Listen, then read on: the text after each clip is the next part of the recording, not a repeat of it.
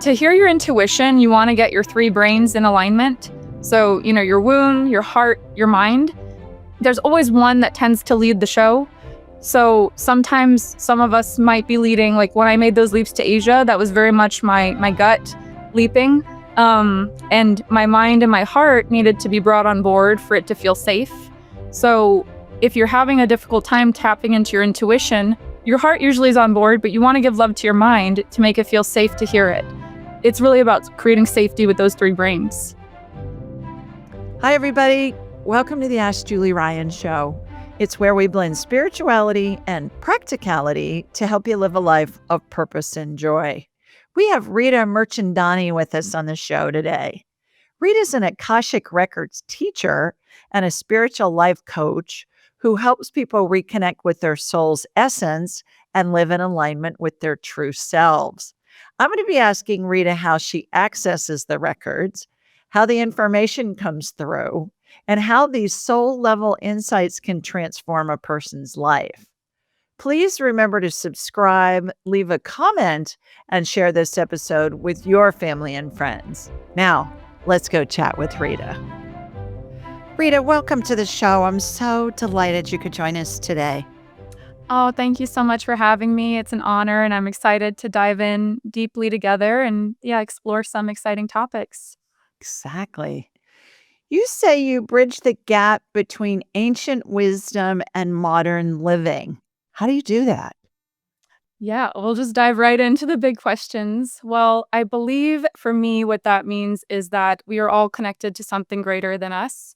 And it's easy in the modern world for many of us, especially in the Western world, to sometimes lose sight of that, especially now more than ever. Our phones, our technology, everything is right at our fingertips when really the truest kind of source of wisdom that we can come back to at all points is within us. And I think that at least before I did my spiritual path, I often thought of the spiritual path as meaning you needed to be on a mountaintop meditating versus applying it to the practicality of your every moment and every day. And that's what my whole MO is. This show is blending the spirituality and the practicality, Yes. to help us in this lifetime now. Yes, and not just, to go off and to need to do that, but right, like I saw that you did worked with surgical tools and how that was part of your path, and you can have so much more impact. Not that it couldn't be that, but the impact is in all of it. Yeah, exactly.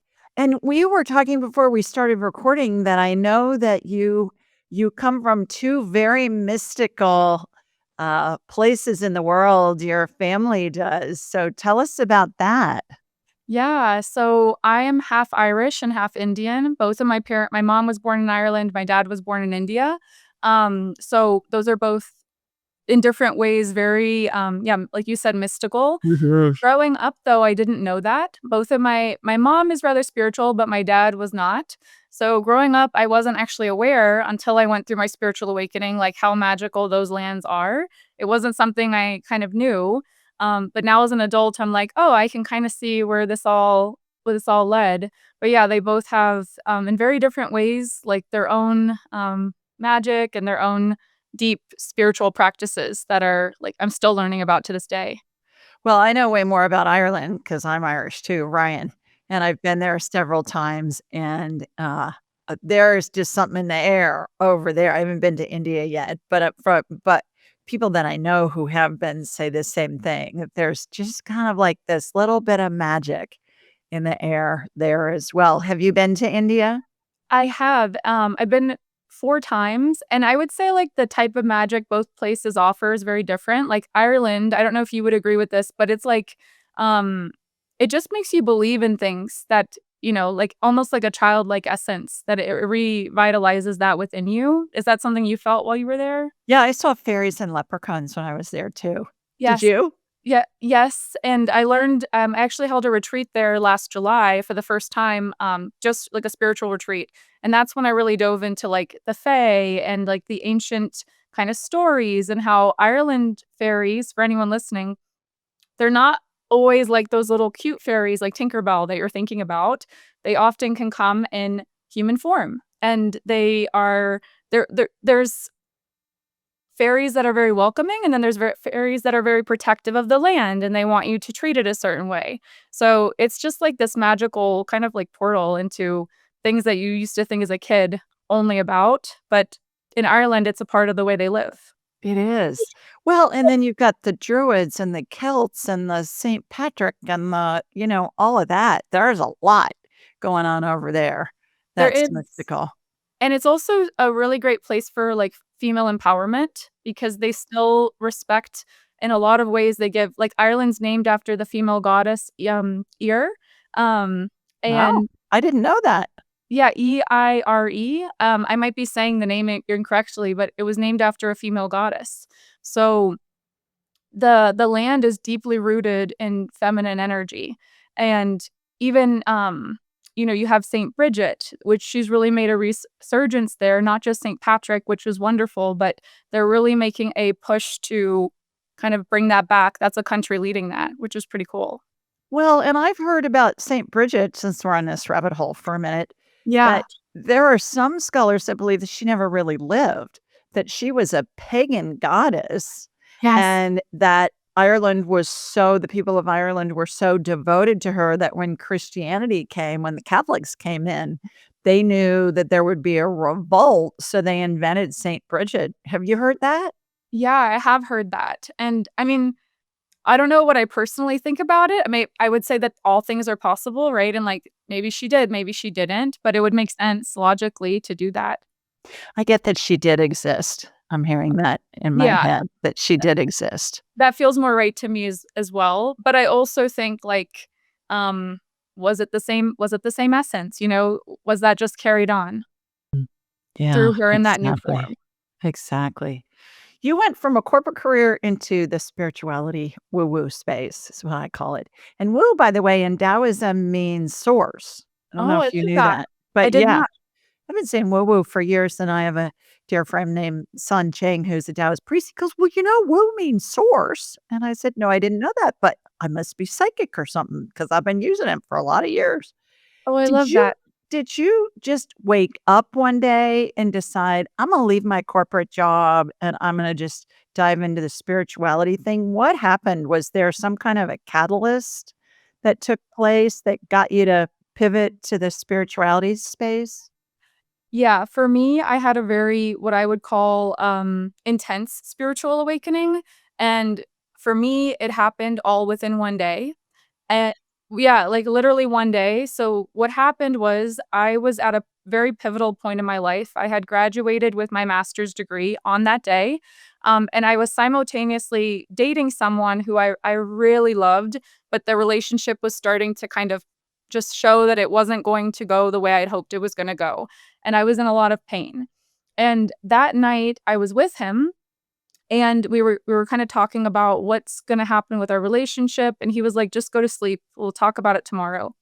And I woke up that night, and in the corner of the room, there was, what I would call a being, and Ooh. this being said to me, "You're living the wrong life. You need to go home, and you're never to come back." And it shook me so much that, I woke him up.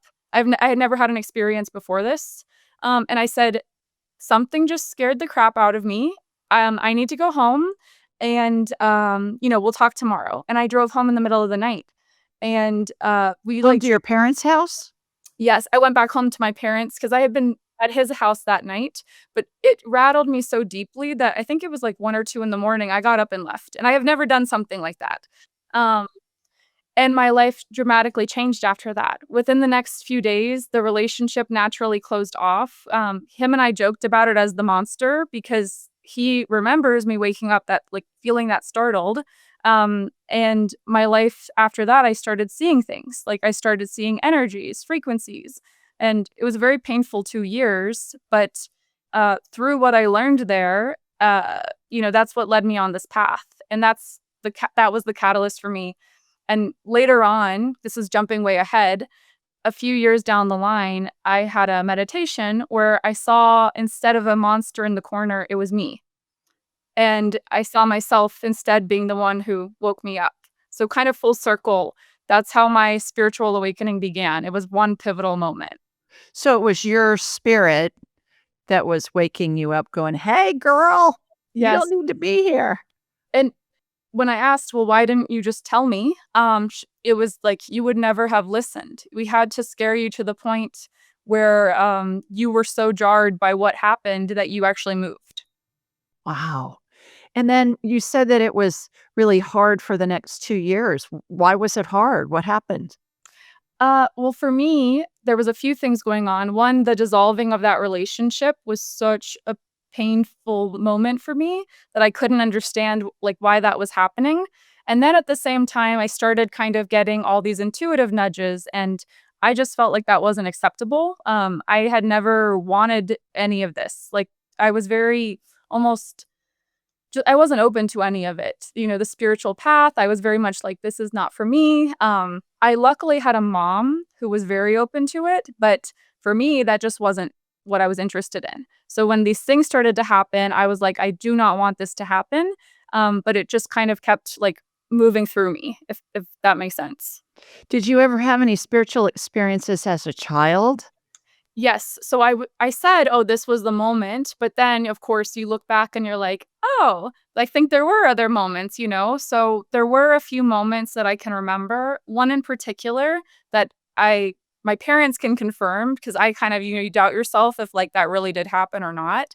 There was one moment where I loved to go to art class, and that morning, I was just crying, crying. I didn't wanna go to art class, and my mom, she wanted me and my brother to go to art class so she could have time alone, but so she dropped us off at art class, but as we were there, I just kept saying, like, "There's something wrong at the neighbors. There's something wrong." And, it bothered her enough that when she drove home, she decided to go over there, and what she saw was she heard splashing, and she looked over the gate, and their dog had fallen in the pool and was bleeding everywhere. And, there's no way you could have seen this. It was like a gate, so she was able to save their dog because she went over there. And, later on, she asked me, like, "Did you see something?" And I was just like, "I don't know," I didn't know what to make of it as a kid, but that was just one example of kind of like, why was she crying and why was she saying there's something happening at the neighbor's house? Wow. So you didn't necessarily get a visual of what was happening, but you just felt that No. And even someone right. Yeah, something wasn't right. I wouldn't say I got a visual or I even understood. I was so young, I don't think I even understood what was happening. That's how my mom has described it to me, where, like, it bothered her enough the way I was acting and what I was saying that she felt called to go over there. Is that how you process information from spirit now? Are you more kinesthetic than anything? I would say I have the like, yeah, then I also feel like it's just like a knowing. Like, and even to this day, I can't like now I've kind of refined my tools where I can go deeper into it of like, okay, why am I having that knowing about this? And what is it trying to tell me? But it still just come as like a knowing. Yeah. Yeah. I call those divine downloads. Divine downloads, yeah. So it was like, I don't know what is happening over there, but something is happening that's not right. Exactly. Well, I'm gonna ask you in a little bit, if your Akashic guides have a message for us, but Oh, I got sure. lots of questions for you in the meantime. Was there a moment during that couple of years when you were transitioning from your corporate life to this really focusing on the spiritual life where you just knew this there was no going back here. This is what my life's gonna be instead of I think a lot of people think, "Well, I'll try it out and see how it works, and then I can always go back and get another job." Did Yes. you have a thought like that as you were going through that? Yeah, I definitely so I went to some pretty extreme lengths, and I still really up until I wanna say 3 years ago, kept the door open, because it's what my nervous system needed to feel safe, like, "You can go down this pathway, Rita, but just keep the door open," and at a certain point, I just knew there was no going back. I had gone too far, not even like uh, it was more an internal thing, like, you just know that you cannot go back to the way you were, so I would say that internally happened, but there Mhm. was a moment too on my journey, where I actually quit my corporate job to go to Asia, and that was a big pivotal moment because, everyone told I had $2,000 to my name when I did that. Everyone thought it was crazy, and it was crazy, but it was the right kind of crazy, the kind where, you're betting on yourself. I was young enough. Spirit was definitely pushing it. And, you know, I loved this thing my mom once told me because I said, well, that's just such a Rita thing to do to kind of leap like that because I just kept leaping once this started happening. She said, well, if it's a Rita thing to do, it's probably the right thing to do for you. And once she told me that, I was like, you know what? I'm just gonna keep leaping and see where this leads. And but I still would keep like a foot in the door. And actually, I did go back to corporate for a bit because I needed some money flow. And that's when I learned how, okay, now I can take these things I've learned and also apply it in a corporate setting. They don't need to be separate, which I think was a pretty cool experience. Such as? Uh, I went back and I actually used to be an event planner, so I would work, do consulting for hotels, and I was like, "How am I gonna relate to these people now that I kind of had all these spiritual experiences?" And I just found I could have deeper soul connections with every single person I met. So that's how I started to apply it in the corporate setting. Like, it doesn't need to be separate. I don't need to necessarily be talking about, like, psychic things unless that naturally comes up, but can I connect more deeply, and can we soul to soul have these deep conversations that are fulfilling. And once I had that mindset, it just started happening with almost everyone I met. So it was just that little shift.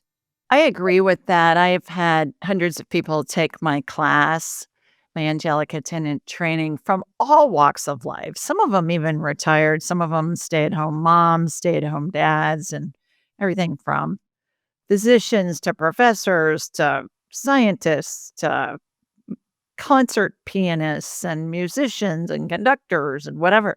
And they take these skill sets of the spiritual back and integrate them into whatever it is that they love doing. And I Yes. think that you bring up a really good point because some people are of the mindset, and I'm not sure why, but they think, "Okay, I either gotta do the woo-woo or I gotta do my regular job," when really they're both just intertwined. Would you agree with that?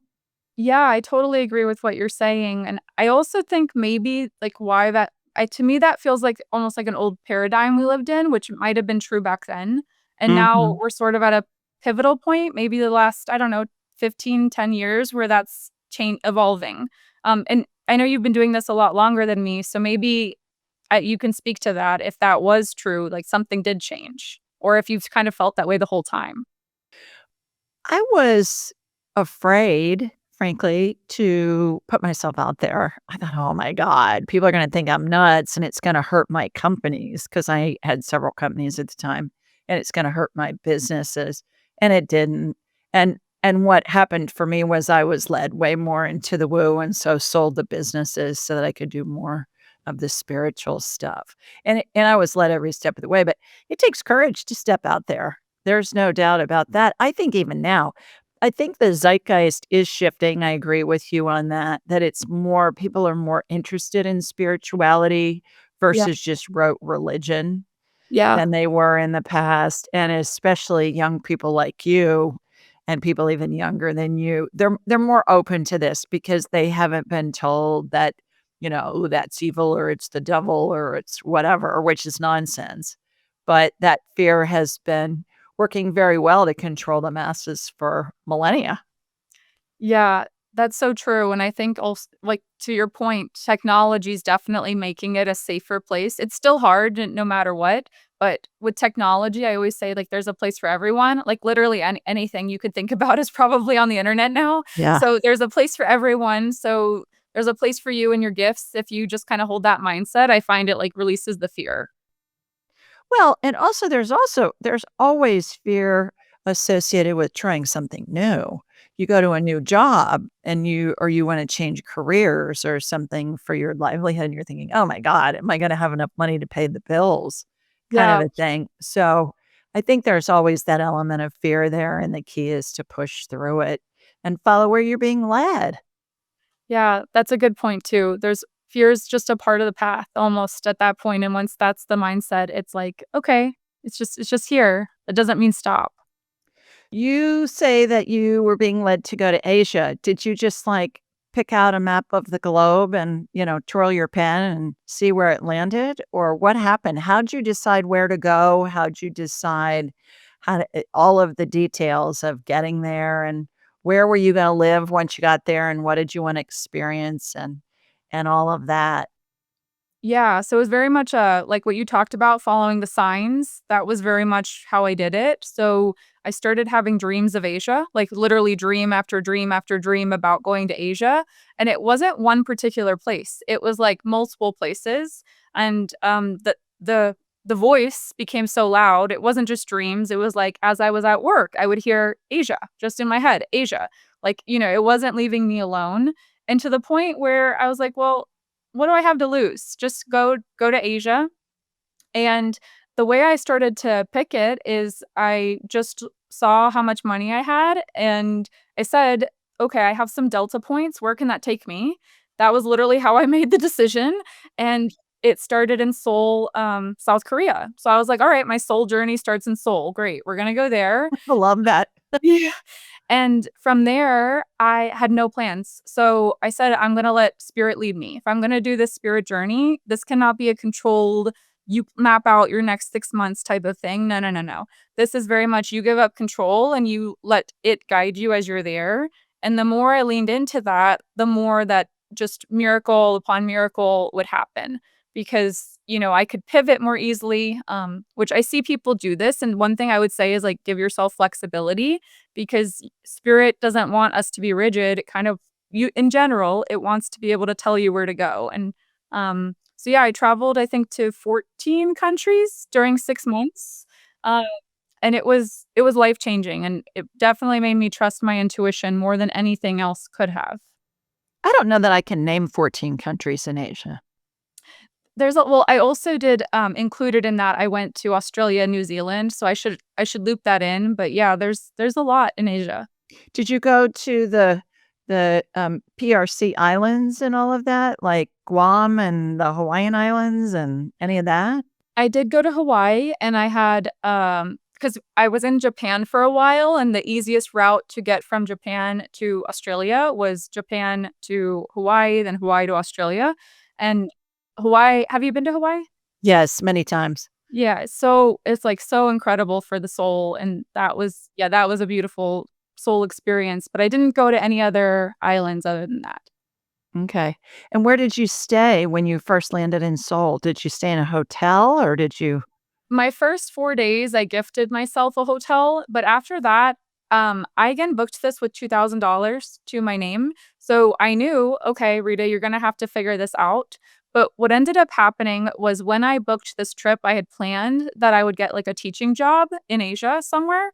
I knew it was fairly easy, and I just figured out I would figure that out when I got there. But what happened was after I quit my job, um actually, it was around, like, within the 2 weeks before I quit my job. It was around that same period where I knew I was gonna quit, but I hadn't yet. I actually got into a bad car accident. I was rear-ended and, that pushed me into the car in front of me, and long story short, I ended up getting a payout without asking, without, no lawyer. I didn't ask for anything. They just said, "Here's a check for" I think it was $40,000.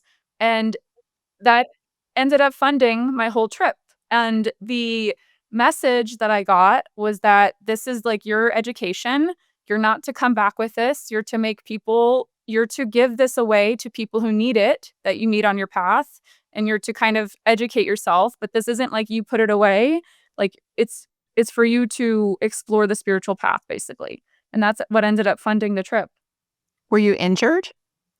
Yes, but not to the point basically, I lost about 30% vision in one of my eyes, but it came back. So everything that happened, it was a big concussion. I honestly just think it was all head related, which to me is connected to the third eye and all it I don't know, there was a lot of symbolism intertwined with it, but long story short, I have no lasting damage from anything that happened. All right, let's change directions for a few minutes. You say that the Akashic Records found you. Please tell us how that transpired. Yeah, so after that whole time in Asia, I had no idea what the Akashic Records were. I'd never heard about that. I came back from Asia and I went back to corporate, like I kind of mentioned before, because I needed to get some more, get my financials stable after that trip to Asia and figure out what's next. So 2020, COVID hits, and my corporate job that I was back at is gone, because there's nothing to do with hotels at that point. Like, there's no Right. jobs. And about a week into COVID, I'm like, okay, well, what do you want to do? Like, what are you going to do with all these things you learned in Asia? And this knowing came to me that I needed to book a call with this woman. I knew her through my mom, and I booked a call. I didn't know it was an Akashic record reading, but that's what it ended up being.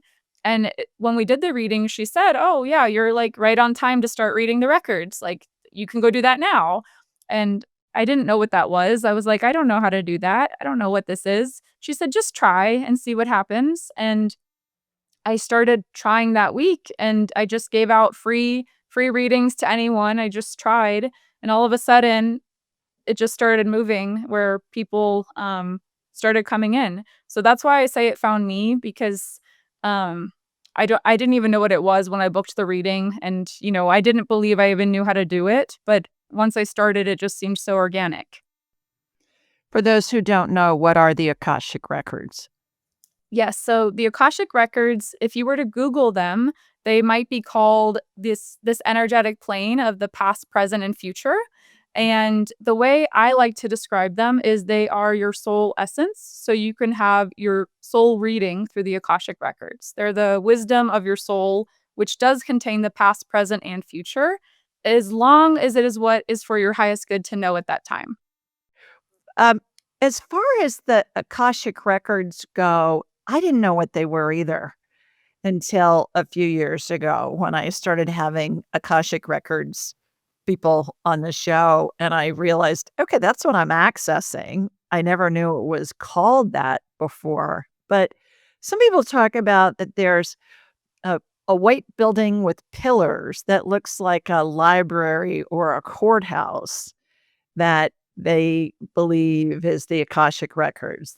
Some others say there's no physical anything that we can, not that it's physical, it's energetic in heaven. But do you see a structure, or do you see that there's just a file drawer with somebody's name on it that you can pull out? How does it work? And how does it work for people in all of their lifetimes? Like, you're Rita in this lifetime. Do you have a number?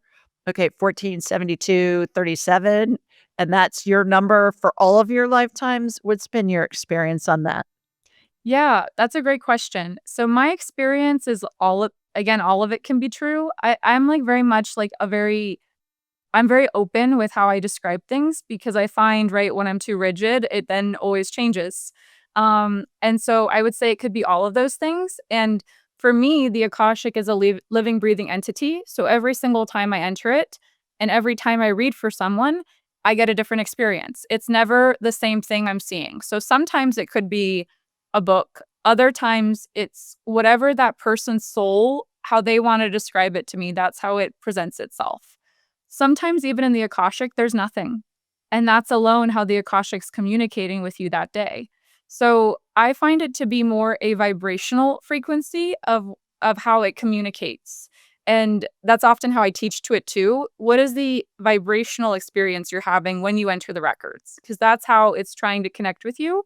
Because not everyone is visual um, in how they receive messages, right? The Akashic's always available to us, and it's available through vibration. And so that's how I kind of see it, as a vibrational essence that can change depending on what's needed in the moment.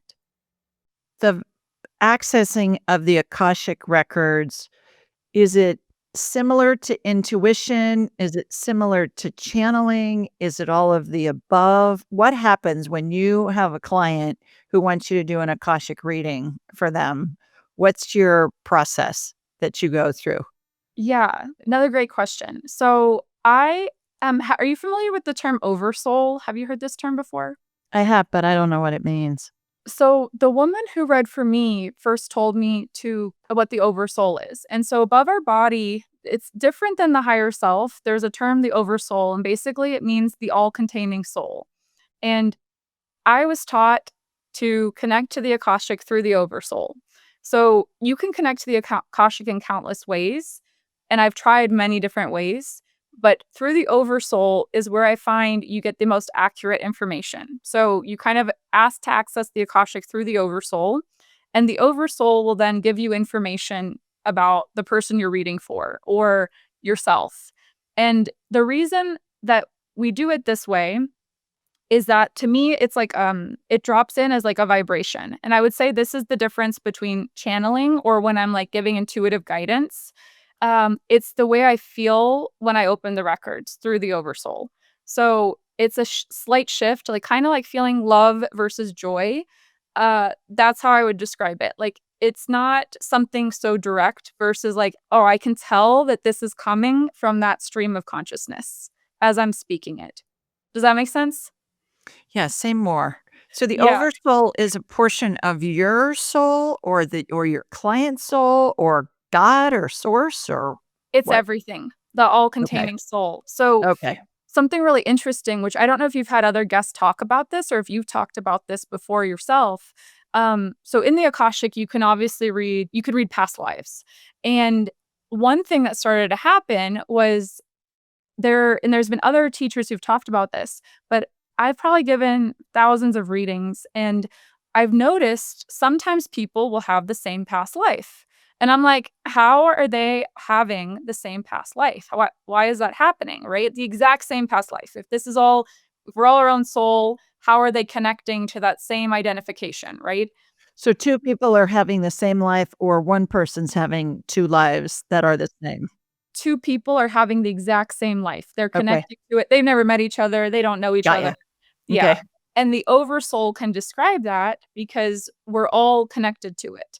And so what it would say is that while that person is having that past life experience, which is so true and profound to them in that moment, it's more the collective consciousness that they're working through in themselves than it is their individual experience. So, like, let's say you and I, for example, had a dream where we were Cleopatra or a past life experience where we both were Cleopatra. How did that happen? How are you having that and I'm having that? The oversoul would say that we're all a part of the same collective oversoul, and that can dribble down into our individual experience, but it's still the experience we both need for our individual paths, and that's why it's manifesting that way. Interesting. That's an interesting concept. I've never heard that before, but it makes tons of sense. Yeah, I Yeah. mean, there's so much craziness that can happen but like that to me, I was like, okay, that makes sense. Like that's why, and that's why when people have past lives, they're like, is it real? And I'm like, yes, and also no. Like, don't hold on to it being your identity because it's more meant to create the change and the pattern change within your human experience to take you where you're meant to go. Well, and when I do past life stuff with people, oftentimes we can get historic documentation online that validates the information that comes in, like Yeah, the yeah. person's name, where they lived, what their birth date is, or the day they died, or how they died, or any Yes. it's wild, isn't it? It's so why it's so it's crazy, but it's not crazy too, right? It's fascinating. Yeah, fascinating and fabulous. Yeah. You, were a champion chess player as a teenager, I read. And do you find that the logical skills that you developed during your chess playing in tournaments at the highest level back then and the work that you're doing with your clients today, do they intersect? Does your logical mind help you with your clients when you're accessing their spiritual records? Yeah, absolutely, and I would guess, I'd love to hear your opinion too, but I work with people in all sectors of life, like you mentioned earlier, like doctors, lawyers, people in government, people in their religious institutions, and you need to have a bit of that understanding of how things work, and also, like, yes, spirit, I'm hearing you about how to tell that lawyer to do that, but there's also this logistical side that needs to come in. So how can we communicate that so that they can move forward in their work that they're actively doing, but also in a way that others around them will understand what they're trying to do. So it doesn't sound like, it just feels like a natural progression for them. So that's something I love to do, is to bring in like the logical side with also then this is how spirit says to do it. Right. Do you think Spirit was advising you in all of those tournaments? Uh, I've never thought about that. Who Yeah. knows, right? It's like Bobby Fischer. Was Bobby Fischer channeling, all of that? Yeah, I was definitely not open to it back then. So, but spirit's always there. So maybe it was. Oh, I think it was. I think you'd have a gut feeling about where you were gonna move your whatever, Yeah, that's so and, true. I never thought about that. I'm gonna have to yeah, reflect on it. yeah.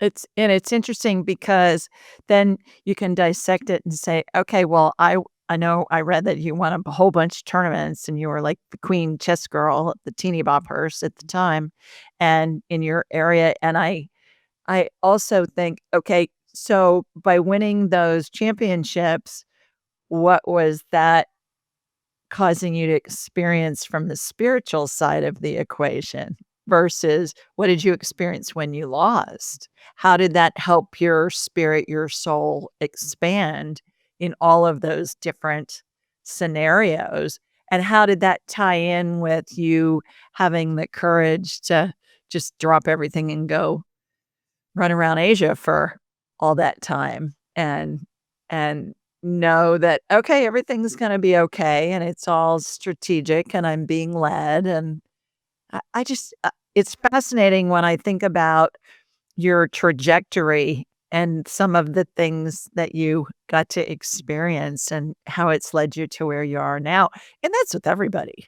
We Yes. can all look back at our lives, and I'm twice as old as you. My son's gonna be 33 in 2 days, actually. Oh, And, uh, and so I think, God, I can look back at my life and see, yeah, that led to that, led to that, led to that. And I know you can as well. yeah. Yes, definitely. And I think even after this call, I'm gonna reflect a little more too on like those parts. Cause it was easy for me to reflect on the spiritual parts, but I haven't reflected enough on, yeah, the parts in between. There was, 28 years and more that I haven't really thought as much about, like how is spirit leading me there too. Yep. Here in the deep south, they'd say, you were being led, darling.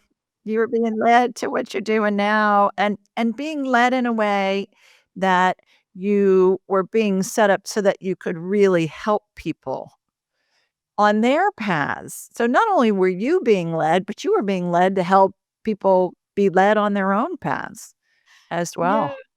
I Yeah. think I don't know if you felt this way too, but a lot of it's definitely in the identity shifts when you go from that part of your life to this part of your life. That's what sets you up to be able to help people. So for anyone, when you're going through a hard time, that's usually like when I lost my career for COVID, that's, usually something like that. Your identity shift is where spirit's coming through. Well, and in most instances too, it's been my experience, and I'd love to hear, it sounds like you'll agree with this, that we all can look back on those experiences and think, that was awful going through Yes. that. And yes, thank God I went through that because something better came up. I always think about you got to shatter the old to let the new come in. Yes. Yep. I totally agree. And even now when things happen, I'm like, at the end of this is something amazing you don't even know yet. Mhm. What patterns do you see most often in people's records that block them from living their soul's purpose? Is there a commonality that you see frequently? Yeah, there definitely is. And also, I actually remember I had a teacher of mine, like, this was probably like a year ago, where, she was like, Rita, people are all the same. And she just said it so simply that I was like, huh? But I really thought about it and I'm like, we all are. Like at the core, everyone's so similar. We really are. Like we look at all our differences. We try to differentiate ourselves, but at the core, all the things we all want, they're the same. And, so yeah, the same patterns come up for almost all of us. Like, it manifests in different ways based on our journeys, but, a big one is safety. That's probably the biggest one. Is it safe? And that could mean different things to every person. For some, it's kind of like I don't know if you've heard the term witch wound before. Mm-mm. So that's like I think it's a more modern term that basically describes, like, in healers, this feeling of speaking out for a fear of being persecuted. Like, that's a very common one in a lot of people who are on their healing path, or even people who want to go into a public position of some sort, whether that's just talking online. They often can feel like they have that wound of something bad's going to happen to me, and that could be past life connected. Um, Another one is, there's definitely a lot of stuff around feeling abundance. Like, there's a fear around that, I would say, for a lot of people. Not everyone has that pattern, but that sometimes connects again into safety. And a lot of people, too, a pattern that comes up is not giving themselves enough permission. When you say fear of abundance, are they afraid that if they're abundant that they'll lose it and they won't be able to maintain or sustain it? Or what do you find wraps around the abundance fear? Because I think that's pretty common. Yeah, that's a really common one. Another one is that I'm a bad person if I have a lot of abundance. That healers should not, if this is for specifically for like healers should not have wealth. So I shouldn't be able to keep it. Um, Where's that coming from? I think religion. Yeah, I think that's a big religious one around like money's the root of all evil. Yeah, because there are a lot of doctors that have a lot of money. Yes, there's a lot of really great people who have a lot of money. It's just Yeah. something in the collective that comes up a lot. Hmm, interesting. And one other one that popped in my head was, uh, a lot of people, this is a belief that comes up, and I think that's what I meant by permission, is a lot of them are like, "Oh, I'm allowed just enough. Just enough."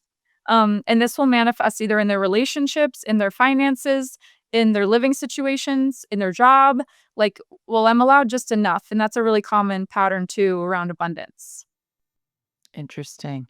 Can trauma be passed down through ancestors and or in from past lives? Uh, I would say absolutely yes. And this example just popped in my head. Like, I can give a personal one that so I'm in the process of writing a book, and I found myself completely stuck one day, and I was sitting there, like, what is going on? Why am I stuck? So I went on the Akashic and I said, what is the root of this? And I just saw my grandpa. And I love my grandpa. I love him so much. And he's passed now. But I remembered my mom told me this, that he would never read a book from a woman author, ever.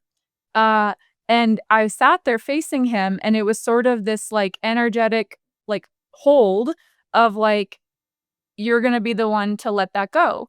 Because I don't think anyone on that my Irish side of the family, no one's written a book, no woman.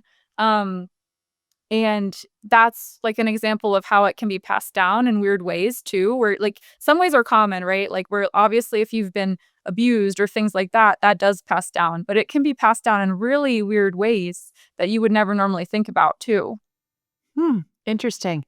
I always think of past life information as we're exploring things from a different perspective each lifetime. Like we may be abused in a lifetime, and then we may be the abuser, or we may be the parent of the abused, or the friend of, or the spouse of, or the whatever of. And we Yes. look at it from different perspectives each time. Have you found that to be the case as well? Yeah, I definitely think that that there's truth to that. And I also find that it's usually just bringing up wherever the blockage is as well within you. So however that comes to you is exactly the way to see it for whatever's stuck to kind of move. Like, as an example, I had someone who was deathly afraid of the dark. But she had no reason that she could remember in this lifetime, and also she was afraid to explore in this lifetime why she might be afraid of the dark. She kind of had an inkling, maybe there's something that happened, but I really don't wanna look at it from that perspective. So a past life came where she was able to explore it and the fear left. And she hasn't had it since then. So it often too with past lives, it gives us a way if like something feels really hard or just like something we don't want to relive in this lifetime. It's another way you can kind of help the energy move. Is it alchemized? Is that fear or trauma alchemized once we identify it? Uh Sometimes identification, for me at least, is not enough. You have to give it permission to move. So, plenty of us can be aware. Like, I'll give you an example. Sometimes I eat foods that aren't the best for me, and I'm aware of that. But there's sort of like also part of me doesn't fully yet want to let that go. I don't know why, but I can tell within myself that sometimes I don't want to let it go. So, within, looking at energies and identifying it, there also is sort of this like, am I truly ready to let that go? And if not, can I just be kind and acknowledge that when it's ready, I'll come back and I will let it go? That's something I found to be helpful too, is not to force it. Because sometimes it doesn't feel fully safe, or there's some part of it you're still learning through. How do you know that it's time to let it go, and how do you let it go? Uh, so for me, if it appears in my Akashic, it's ready to go. And because when I kind of say a prayer to open the Akashic, and I say only if it's for my highest good. And sometimes if something appears where I'm, like, fearful about what it'll mean for me, I'll say, "Okay, can I just release it 80% today so that I feel safe enough tomorrow to release the other 20%?" And the Akashic voice says, "Of course." But, I found the more I give myself space to release things, the more successfully they never come back. The way my system works is, like, if I just cut something off immediately, often it feels very jarring to me. So that's something I've learned is, like, to give it space, and usually if it's something that's ready to go, it'll just go. I won't even need to release it. But if it's holding on, it's usually trying to show me a part of myself that's still, like, learning or moving through that. When you say you ask the Akashic, what does that mean? You're just asking in your head, you're asking spirit, you're saying it out loud, you're thinking of a book or something that's gonna answer you. I'm picturing the Harry Potter movies where the hat that talks, that chooses which house the student goes in, Slytherin or Gryffindor or whatever. What explain to us, what does that mean when you say, "I just ask the Akashic"? Is the Akashic like spirit guides, spirit, the whole 9 yards? Does it have a look or a feel to it? Uh, so to me, every time I enter it, it's a little different again. So depending on what I'm working on, like for example, often I'll work on what's called like soul contracts. Do you use that term? Not really, but I know what it means. Yeah, but tell everybody in who Just aren't in case. familiar. Yeah, so basically, if you literally just imagine a sheet of paper and this was representing some soul agreements you've made in this lifetime, um, that's what a soul contract is. And so it's not like I know the way we would normally think about it is, "Oh, I agreed to be a healer." Yeah, like, yes, that could be a soul contract, but another way a soul contract would manifest is, um, I agreed to be, I agreed to not know my spiritual gifts because it keeps me safe. That would be an example of a soul contract. And so in the Akashic, and this is very common, by the way, like where people will have certain thought forms that are literally stuck, almost like a pattern, which we could call a soul contract. So in the Akashic, the way it would show me when I'm asking it questions is sometimes it'll show me a piece of paper where it'll write a word, and I'll know based on that word if it's a soul contract, if it's something energetically stuck. But kind of going back to what I said before, to me, it's more like the vibration of what I'm seeing, which tells me what category it is. And those soul contracts are all done before we incarnate, Um, or do they transpire during our lifetime? I would say they transpire during our lifetime. Uh, Really? And Okay. they can come I mean, in the grand scheme of things, I'm sure it's all pre-written, but from my human perspective, sometimes it ebbs and flows how it happens. So, like, I'll give you an example. I mentioned earlier how I had a car accident, and I ended up, after I got back from Asia, getting rear-ended again. And I know, 2 times in 5 years, and that nothing I could do. I'm stopped at a red light both times. So, I'm like, "Why did that happen?" So I asked the Akashic, "Is there something going on here where, like, you know, is there just something going on?" And it showed me, "You're not moving your energy fast enough." That's what it showed me. So we literally have to push you forward. And I said, well, can I rewrite that? Like, I don't want to keep learning through this mechanism. It's hurting me. And basically it said, if you agree to work out 3 times a week, you won't need that same jolt forward. So to me, that was kind of an example of like, um, how it showed me I could move like what was maybe a soul contract or maybe in some way an energy that kept repeating, um, into a new kind of energy distribution. And that would be like an ongoing kind of soul contract to me. So the businesswoman in me is going, okay, I get that we can sign contracts before we incarnate. So if we're dreaming up new contracts as we're living our lives, what does that does heaven send out kind of like a DocuSign, you know, kind of a thing, like an energetic, you get an energetic email and you do the DocuSign online. What's that? It's interesting to think about it. I've never heard that concept before, but it makes sense. It's kind of like alchemizing, like, if it's like someone was like, "Hey, will you pay me X, Y, and Z for this service?" That's like a contract, right? But then it's like, "Okay, why don't we barter services instead of trading money now?" Like, you're kind of shifting the energy. I guess that would be a rewriting a current soul contract. Or adding an addendum. Addendum, yes. Like, Yeah. I did not like getting into car accidents, and I could tell that there was an energetic component to it with the way they both happened. Like, they were both it was so bizarre. So, I didn't want the Akashic didn't understand that it was hurting my physical body. It wasn't a negative thing it was trying to do to me. It just saw it as a way that made sense. Like, that was how it was interpreted to me. Couple more questions before I want you to see if the Akashic has a message for all of us today.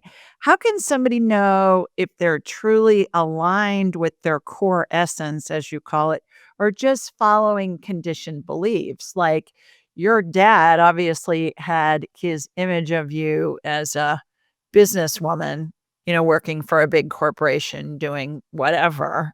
And your essence was going, not so fast. I'm really gonna go in a different direction than what's expected of me. How do we really discern between what is it that our spirit really is encouraging us to do versus what I'm expected to do? Well, I think it's probably different for everyone how we experience that. So, it's not totally a one answer, but I would say how is your experience of life, itself? Like, how are you experiencing life itself? In general, when you're in tune with your essence, your knowing, life itself has a certain way of, being experienced. So, that's how I would interpret it. How are you experiencing life? Like, following my own intuition, I had done all the right things. I had done what people tell you to do, but I was not feeling good. I didn't enjoy my life. There was nothing wrong. There was nothing wrong. It was just, okay, now I love my life. I love it. Um, and there's not one thing that makes me love it. It's the internal part that does that. It's interesting, it's fun, you wanna know more. You can feel that you wanna take another step, and you wanna find out, "Okay, what's the next adventure? What's gonna happen next? Who do I get to meet? How's this gonna unfold?" All of that versus I think for a lot of us, we spend our whole lives feeling like we're slogging through life. It's a slog. I get up at the same time every morning, I get dressed, I get in the car, I go to the office, I do the same thing. You know, I have the same sandwich at lunch, and then I come home and I cook dinner and then, clean up the kitchen and watch TV and go to bed and then rinse and repeat the next day. To your point, not that there's anything wrong with that, but that excitement level is missing Yes. and the Yeah. joy. Yeah. And if you're feeling happy doing that, then that's the sign you're in alignment. It's not I guess, like, what you're saying too is, like, it's not the actions, it's how you feel as they're right occurring, you know? Yeah. I agree 100%. Can you suggest a couple of easy ways for somebody to trust their intuitive guidance and stop second guessing the thoughts that are coming into their head that are really intended to lead them? Yeah, I would say there's 2 that I love to recommend, and these are great for people who also are more in the mind. The first is you say, "If I had to guess, the answer is," and you just let out the answer. Whatever it is. So, like, they'll come to a reading, "Should I leave my job?" And I'll just say, "If I had to guess, the answer is," and the answer will just come out of them, and they'll say, "Well, I don't know where that came from." That's usually the deeper knowing just spitting out of you. And, then they're like, "Well, where did that come from?" So that's a great practice is just let it out. Like, even if it's like you don't know where it came from, you don't need to know, just hear what's being held down. Then we can talk the logistical point. So I do that in the car a lot of the time when I'm trying to make a decision about anything. I'll just be like, "If I had to guess, blank." And that gives me my direction on where to go. The other thing too is that to hear your intuition, you wanna get your 3 brains in alignment. So, your womb, your heart, your mind. There is always, no matter whether you are on, the spiritual path or there's always one that tends to lead the show. So, sometimes some of us might be leading like, when I made those leaps to Asia, that was very much my gut leaping, and my mind and my heart needed to be brought on board for it to feel safe. So, if you're having a difficult time tapping into your intuition, you wanna give love to your mind and your heart usually is on board, but you wanna give love to your mind to make it feel safe to hear it, because otherwise, it's really about creating safety with those 3 brains. How do you give love to your mind and to your heart and to your gut? Well, it depends which one's leading the show at that moment, right? Like, for example, if maybe someone's heart's leading them, like they really love someone, but they know they're not good for them, like something like that, that would be the heart really going for it. I would tell my heart, like, "I think you're so beautiful and I love how deeply you love, but also we're hurting our knowing and we're hurting our mind by following only what you want. And I think it's time we give them some space as well to give us direction." And, if the brain was leading the show, which this happens a lot. Even now, I'm like, I have to come back to my brain about decisions sometimes. I'll say, "You're so smart. And also, I love you so much. And also, we have other areas that want to have a conversation here. So, you make better decisions when you let them in. We have evidence of that. So, let's take a seat back." And I'll kind of soothe it so then it feels safe to kind of take a direction back. And really, it's talking to them. Interesting. All right. Does the Akashic have any guidance or words of wisdom or message for all of us today? Uh, the message that's coming through to me is that it's around peace. Let peace exist within you because then it exists within everyone else if you can let it exist within you, and you can let that reverberate through others through the peace that exists within you. So there's a message around peace. Okay. All right. Well, thanks for that. Mm. Last question. Why do we incarnate? My logical self has an answer, and then my soul said there is no answer. There is no beginning or no end. It's just there to me there is no answer. It just felt like more like a flow. What did your logical mind say? Experience. Oh, yeah, So I that was agree. my logical mind, but the soul didn't give an answer necessarily. It was more there is no answer other than the flow, the natural way of being. Uh-huh. Interesting. Great answers. You're extraordinary, my girl. What a fascinating journey you've been on and Thank you so much. and obviously being led to get into this space to help others on their journeys as well. How can people learn more about you and your work? Yeah, and thank you for having me so much. You're extraordinary as well, and you're helping so many people, and I'm so grateful you found me. So thank you so much for your time and energy and this space. Yeah, the best way for people to connect with me would be either my website or Instagram, and they're the same name. They're Rita Ellen Mirchandani. So both of those are great ways to connect or just explore a little bit more if they're interested in this work. Okay, terrific. And we'll have all of that in the show notes for those that wanna get in touch with Miss Rita. Okay, everybody, I learned a lot from you. I learned several new concepts today, so I love it. That's why I love getting to talk to all these different people. Oh, thank you. And, there's always stuff to learn, isn't there? And we It can never learn from ends. everybody, from little people, from old people, from everybody in between. Yes. So, in the meantime, we're sending you lots of love from Sweet Home, Alabama, mwah, and from Florida, too, where Rita is. We'll see you next time. Bye, everybody. Bye-bye. Thank you.